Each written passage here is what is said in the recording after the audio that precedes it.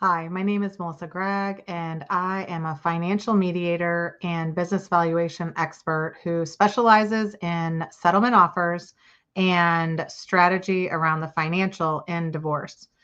Today, we're going to talk about a couple things and really this main theory around why you should not only be a part of your settlement offer and the strategy, but why maybe the strategy around the settlement offer is one of the most important things for you to not only know about, but to lead the strategy. Even if you have a team of lawyers, experts, and other consultants, a lot of times when people get into the mediation space, they're not really aware of what it takes to have a strategy and how long in advance you have to prepare. So, a couple of the things in this process, we're really talking about anchoring the deal. And this is included in our guide to divorce settlement offers and even our empowered divorce guide. So we have a lot of resources that you can download, but this is going to give you a little bit more insight into why you should make the first offer or why you should respond to an offer that has been produced by your spouse in a very logical, strategic, financial way. So a lot of times you're going to be in the middle of a divorce or you're going to be contemplating it and you haven't even started. Either way, most of the time people have not talked to you about how to create a settlement offer and how to present that settlement offer. And this could be a response to a current offer, or it could be even before you get filed, even if before you hire an attorney, you could go through this process of understanding what would be the offer, and that method or the rationale of even going through what an offer would be is going to get you further down in the negotiations before you even hire an attorney. So some of the things about making that first offer is because if you can anchor the deal and if you can speak first, you may have some leverage. Typically, people will not speak first because they're concerned that they don't have enough information or there's missing money or there's separate assets. So typically when we get involved, there's some complexity. There's either some stock options if they're a W-2 wage earner, or there's a business valuation and they're self-employed. Some of the other issues is they're going to claim that there is an inheritance or there's assets that were held before the marriage and that they should get credit for those assets and you do not get anything in the split. There could also be concerns about abuse or addiction, and there could have been assets that have been squandered, and that's called marital waste. So in all of those situations, if you have vested stock, if you have pensions, if you have stock options, those are all going to create complexity in your lawyer's eyes and in potentially the mediator's eyes. And so you're going to need a financial neutral or a financial advocate or even just a financial professional to give you a basis of what is a reasonable settlement offer. Now, a reasonable settlement offer is going to include some additional pieces that are going to be all of the issues that you're concerned about. So those unknowns, you don't have all the documentation. Well, that's going to be part of the reason why you're providing an offer. This offer is based on what I currently know, and here are the documents that I need in order to really come with a perfect offer, right? So there's going to be some leeway in this offer, but let's go back to the start. Why do we make the first offer? Why do we speak first? It's to anchor the deal. So you're trying to anchor that number in their mind. And so they're negotiating off your number. And one of the primary reasons for this is, let's say, we have one house and we disagree on the value, and that person thinks that the house is worth 200,000 and I think the house is worth 400,000. Now, if I position a deal or make an offer, I'm going to say that the offer is based on the house being worth 400,000. But I'm also going to need to provide some evidence or proof of how I got there. And so the settlement offer should really clearly delineate what are the values, what are the properties that we're talking about, and how did you come up with those values. Now, the moment I anchor the number at 400,000, and I already know that they think that it's worth half, they're going to immediately come to my number and negotiate off of my number. As opposed to if they position their number and made the first offer at 200,000, now I'm trying to work their number up to my number, which is going to be harder. It's going to be harder to move their number up to double what they think it's worth. And so there's some benefit in anchoring that deal at the number that you are describing, especially if you're headed into mediation. Now, the mediator is going to see that number and the proof and evidence that's based of how you got to that number. And now if the other side just says, well, I just think it's that, and they don't have an appraisal or they don't have any documentation of how they got to that number, it could be that the mediator actually looks at your number as more relevant, as more supportable, and as more reasonable. And now you're going to lock that number in a little bit with all of that proof and evidence. And the mediator is going to really force the other side to say, prove your number, prove why it's not that 400,000. So there's a lot of psychology into getting that first initial number. But it doesn't really matter if there's already an offer out there. If you've already been provided an offer by your spouse, the odds are it's a really crappy offer.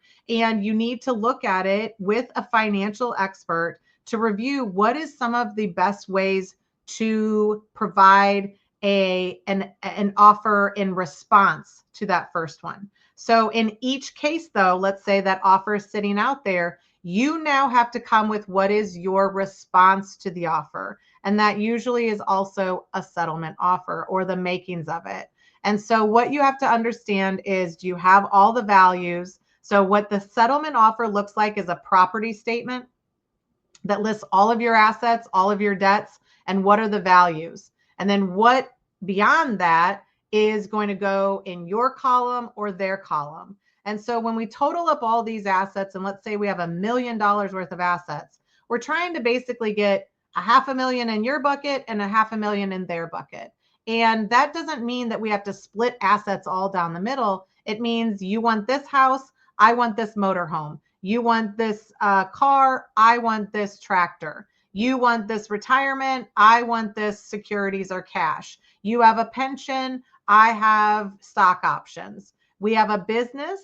Now we have a business, and typically one business is going to go on one side, and the other person, let's say the business is worth $2 million.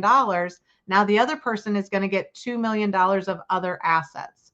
So you can see why people want to kind of manipulate the values or move them higher or lower based on whether they are going to keep that asset.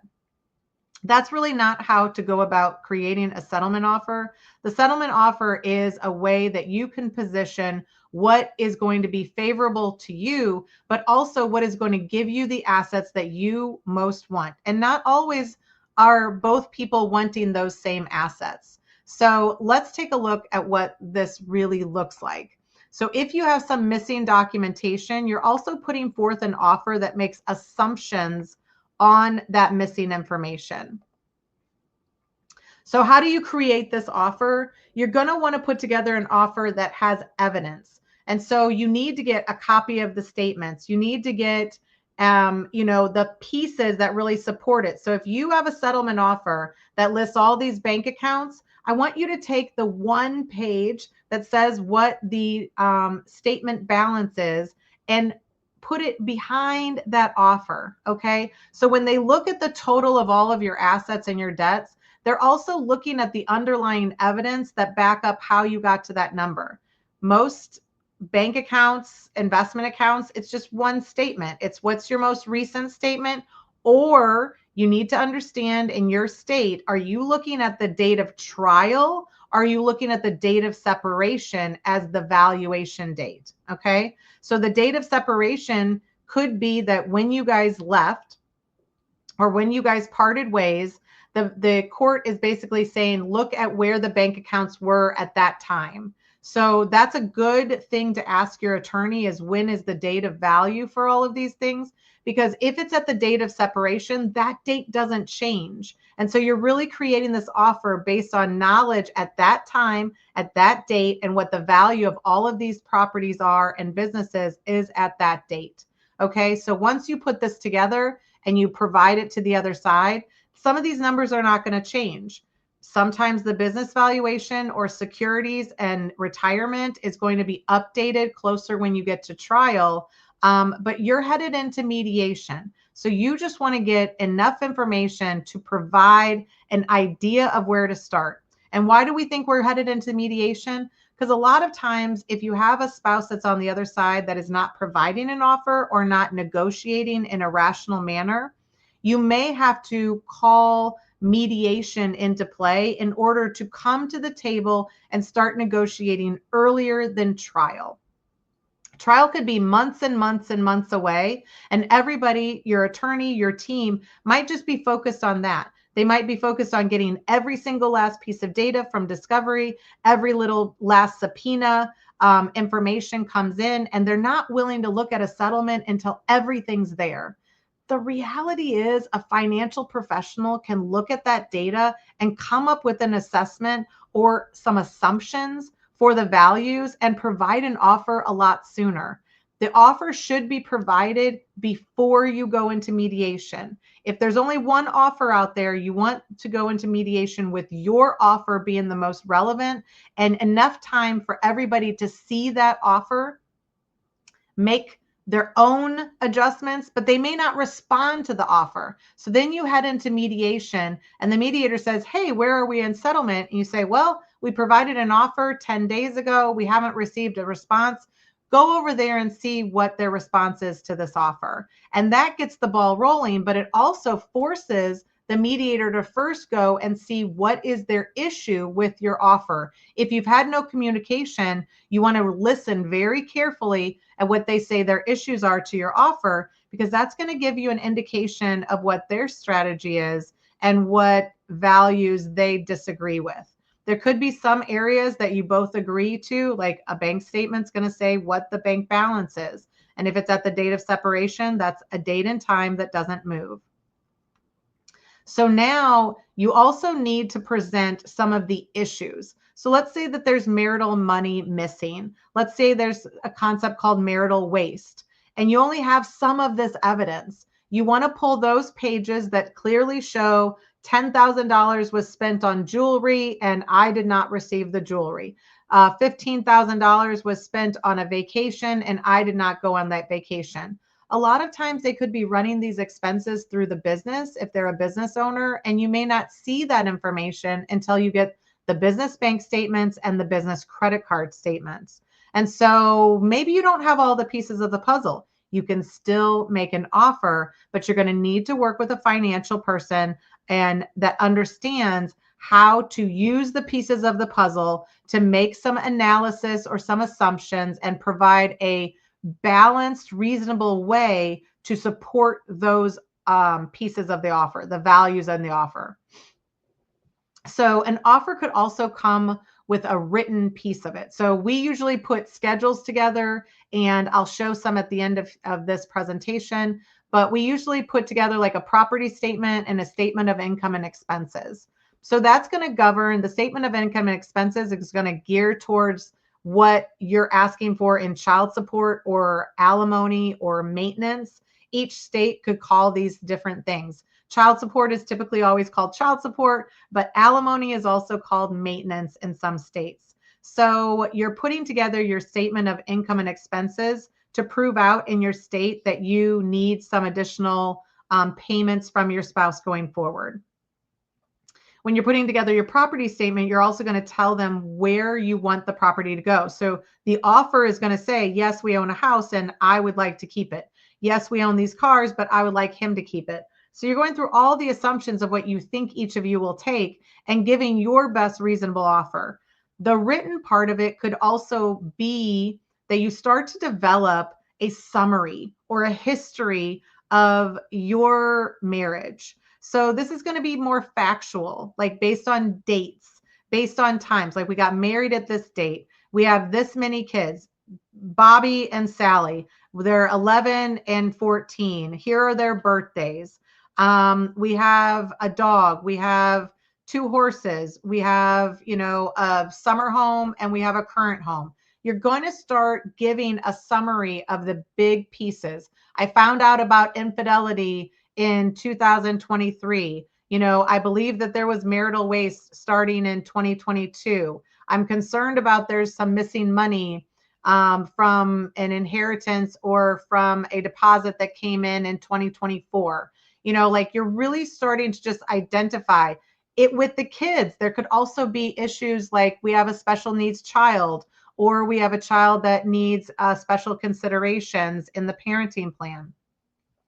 This summary or history you could get started on now. If you haven't even hired anybody, this is a great place to start putting together a very brief summary. It should be like 1 or 2 pages about the most important issues. So not only the history of what happened very logically in a timeline fashion, but also based on that timeline, what else has happened that you are concerned about, and what are some of the biggest issues as you go forth and try to settle this. So talk about facts, talk about numbers, you know, say, I don't know what the value is of the business, but we had several discussions that he said that the value was close to 5 million.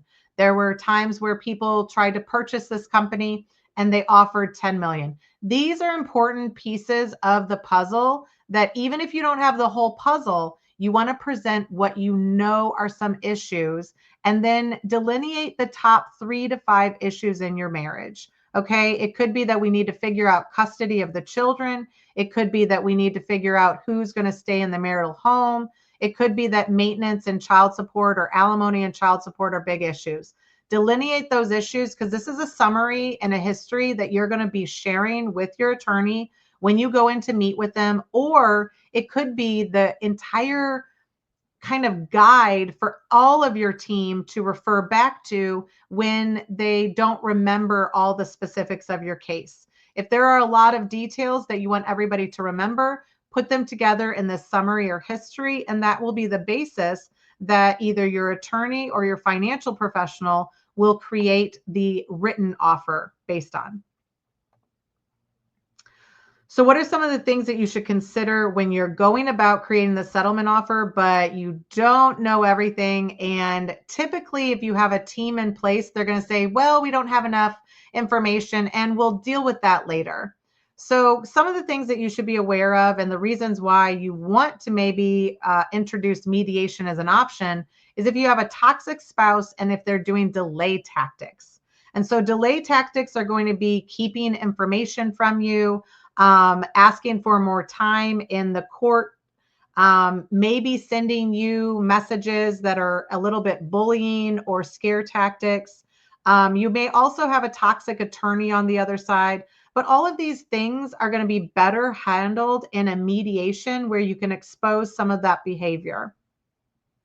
If they are communicating with you through text or through voicemails, or trying to call you or communicate through your children, you may want to document that in email form. And so respond to everyone, or respond to them and say, you know, you've tried to reach me in this capacity. I don't want to have those discussions through voicemail or voice communication. And can you please provide that information in this email? So a couple of the other things that are going to make a settlement difficult to create, but realistically, you just need to work through anyway, is the missing documentation. So when you have missing documentation, this is going to be the biggest delay tactic with a narcissistic spouse or a toxic spouse, is they're just not going to give you the documents. And if they own the business and they have control over everything, they may limit their CPA to give you access to the documents. They may not even give the documents to their attorney. And so what do? You need to make assumptions. You need to look at the pieces. There's information on your personal tax return, which you may have access to, that could give me clues into the business tax return. So can you make some logical conclusions? Can you work with some professionals and specialists that give you preliminary ideas of value? We provide preliminary valuations so that you can look at what is a range of reasonable value to even offer in the initial offer. Maybe they did get a valuation report and you could just have somebody take a look at it. A valuation professional can review a report very quickly, very easily.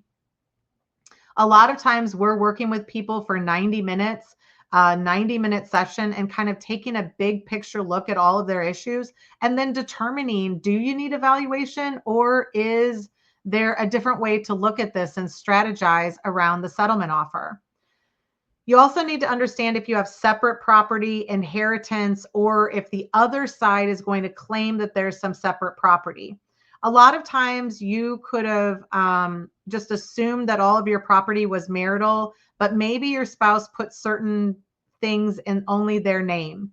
And then when they go and talk to an attorney, the attorney says, you know what? We could really say that all of this is separate. And separate means that basically we remove that number and it gets set onto the side. And then we add everything else together and we split that. So that person gets to hold that asset that sits outside, and then you're only splitting what's left over. So you can see how that doesn't seem like a fair deal, but the reality is the separateness of an asset is governed by your state. And so a lot of times, if you want to say that something is separate, then you're going to have to prove that it's separate, which means they need to prove to you why they believe that's a separate asset. You could also hire somebody on your side to take a look at information and see if they have the proof or if there's going to be the evidence that can show that that's a separate asset. A couple other things are going to be missing money or missing assets. Maybe they've sold assets. In those types of situations, you just need to say, look, here's the last statement when there was $500,000 in the bank, and now we have none. And where did it go? And so some of this is just part of the bottom notes in your settlement offer that are saying, hey, here's going to be an issue if we move forward. And so maybe you should start to settle this now so that we don't find all the missing money. But you're still going to want them to prove, where did it go? There was 500,000 here. It is now gone. You show those two statements, those 2 pages of the statements, and you ask them one question. Can you show us where the money went? They need to then go and prove that that money was spent on marital things, expenses, or other property that you still possess. So they could take $500,000 and buy something with it, but now the value is in that asset or that property or that car, and it then needs to be put on your property statement as well. Marital waste is going to be if they spent money on a girlfriend or boyfriend. And so you sometimes will see that in the business, or you could see it in the personal. And so you need to start looking through the last, 12 to 18 months, or even prior to when that infidelity started. So you need to look back at the timeline and start to see what could have happened and where could that money have been spent. If somebody makes $150,000 every year and that money is not deposited into your joint account, where is it going? You can start to look at payroll information as well. You could request documentation if they're a W-2 wage earner. Sometimes on the payroll, it will say that that money is going to 2 different accounts. So you've at least identified those accounts, and you would ask in your settlement offer that they need to provide that documentation if they do not want to settle or have a discussion about settlement. So when we get into some complex matters, this is where you're going to need some specialists. And this is where you're going to need to talk to the specialists and see if they can give you a fixed fee report or a limited scope report or some preliminary assessment so that you can try to mediate or settle this matter. Again, when you're dealing with business valuations, a business valuation could easily cost $10,000 to $25,000 as a retainer. So you're really looking for somebody who can do this work at maybe $5,000 or under $10,000 as a preliminary look at the value. So part of the valuation could be done in stages. So maybe they can review the other report. Maybe they can provide you with an oral report so that they just talk through what they see in the documentation and give you a range of value. And then can they put that in writing? Can they give you a 1-page preliminary assessment that gives you enough information to utilize it in your settlement negotiations? Stock options and RSUs, or restricted stock units, are typically when somebody works for a big company and they have a W-2. So they get a certain amount of salary, they get a bonus, but they could also get stock options. Stock options could be vested or unvested. A lot of times those stock options still have value regardless of whether they're vested or not vested. And the restricted stock units could also. So you're looking at kind of making some assumptions of what has been earned during the marriage and what will be earned after the marriage. Separate and marital assets are kind of a legal issue as well as a financial issue. So that could look like inheritance. If an inheritance was like you received an inheritance, you put it in a bank account and all the income or appreciation is tossed over into a joint account, you might be able to preserve that inheritance at its total amount. What you have to be concerned about is whatever your state determines the income. So like for the state of Missouri, income on separate assets is still marital. That means if you put that inheritance in a bank account and it earned interest over time, you now have a marital interest that is now commingling with separate assets. And so you trace those assets to determine, well, this small portion is marital and this large portion is separate, or how did it move in the course of time? If that inheritance is over a long time, there's a likelihood that there's a portion that is marital. In other states, like Illinois, separate income on separate assets is still separate. So if you put that amount into a bank account and it grew, but you never put any money into it or took any money out, the entire thing could still be separate. So again, you may have to prove that. So you want to start getting the statements and making sure that you have the proof for your inheritance. Income on those assets and tracing is going to be a complicated process. So you want to talk to somebody and say, can you look at a preliminary assessment? Can you look at the year ends and just make some assumptions about what could be marital and what could be separate so that we can offer that over? If you have to do a full tracing, it could cost $10,000 to $20,000. So again, you want somebody to take a look at that at a little bit more economical rate. If you want to put over an offer, you can, and they are claiming that there is something separate, you're just going to assume that everything is marital in that offer. And that's going to be your first initial offer that you put forth. And you're assuming that they're going to provide you documentation that is going to prove you wrong. So part of even doing this offer is to put forth some of that information so that you can start to get a response to the offer. Based on that response to the offer or lack of response could mean that you need to continue forth in litigation in order to get all the documents to know what your trial position would be. But in all situations, if you have some of the documentation and you can make a rational offer, there is benefit in being the first one to make that offer so that you anchor the deal, you anchor the numbers at the numbers that you are providing. You're providing the evidence or these preliminary reports from specialists that would offer up and bolster your offer. And you're really putting it over to them to say, listen, come talk about my offer, or you go do the work to get all of this documentation so that we can give you a better offer. And a lot of times, if you get something wrong in your offer, like maybe you make an aggressive position and you say the business is worth $3 million, they're going to definitely come back and give you information that's going to prove you wrong and say, no, that value is not $3 million. It's really $1.5 million. And here's why. Here's the financials. Here's the documentation. And so it could actually flesh out that documentation.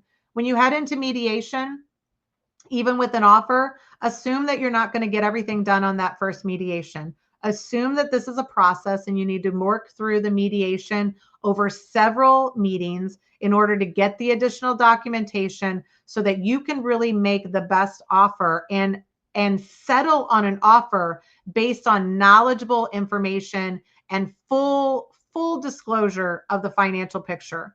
If there's not full disclosure of the financial picture, is it enough for you to settle? And are you convinced that it's a close enough value? That's going to be what you're looking for. And that's why you need a financial professional to help you with the negotiations of a settlement offer. You can't leave this just to your legal team or your CPA or your financial professional, your financial planner. This is very divorce specific. and there's negotiation techniques that are really applicable in mediation. I would ask anybody that you work with, how many mediations have you been a part of? How many mediations have you led? And what is your strategy considering my summary that I bring to you and show you and say, here are all the issues. Hey, attorney or financial person, what is your strategy given these facts of my case? And if they don't have a strategy or a plan in order to help you along, then you're going to be doing a lot of the work and you're going to be doing a lot of the research and looking through documents. And so if you're going to be creating the settlement offer, then you need to work with some other people that are going to help you along with this process. And it may not be your current team. It may be that you need to add some additional mediation consultants or people that understand mediation strategy. So we'll continue this process and talk more about anchoring the deal, but this gets you started. If you don't know where to start with that summary, start to get all of the issues that you would want an attorney or financial expert to know about your situation. Even if you don't have the documents, you know enough. You know some of those pieces of the puzzle to provide to all of your team, and you keep them focused on the most important pieces, which are important to you. So if you have any questions, please feel free to reach out to us, and we'll continue this process. We are actually working towards a book that will go through all of the strategies in Anchor the Deal.